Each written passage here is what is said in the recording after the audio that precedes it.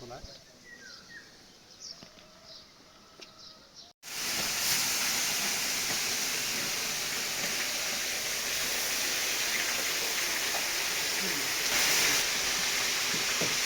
Onu bu kereyle ya masal şu kamera aldı kötülüğünü aldı.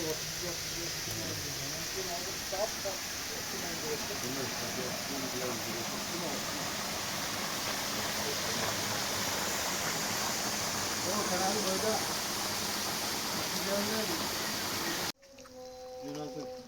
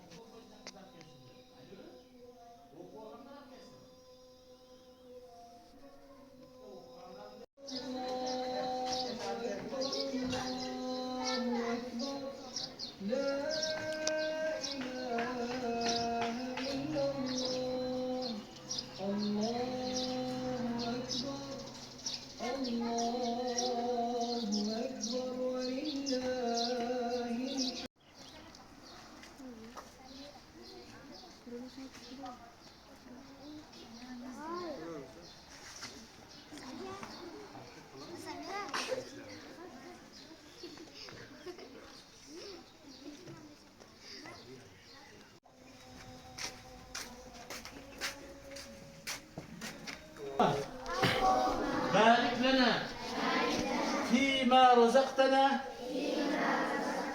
وقنا عذاب النار اللهم بارك لنا فيما رزقتنا وقنا عذاب النار خوش يجينا البقرة كريم خوي مشكلة ما ليش فضل شيء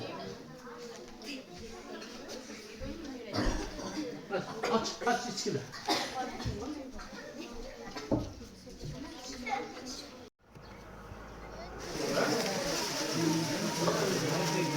Gel bak.